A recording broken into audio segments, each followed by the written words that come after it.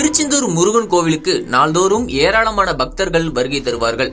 கோவிலுக்கு வருகை தரும் பக்தர்கள் கோவில் முன்புள்ள கடலில் புனித நீராடி முருகனை தரிசனம் செய்வார்கள். இந்த நிலையில் நேற்று முன்தினம் மதியம் 3 மணி அளவில் திருச்செந்தூர் கோவில் முன்புள்ள கடல் திடீரென சீற்றத்துடன் காணப்பட்டது. இதனால் கடற்கரையில் சுமார் 100 அடிக்கு கடல் நீர் தேங்கியது. அதைத் தொடர்ந்து மாலையில் 5 மணி அளவில் கடல் உள்வாங்கி காணப்பட்டது.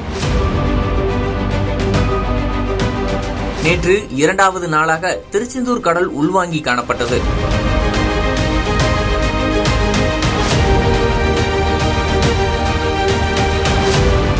அதேபோல மதியம் கடல் சீற்றத்துடன் காணப்பட்டது.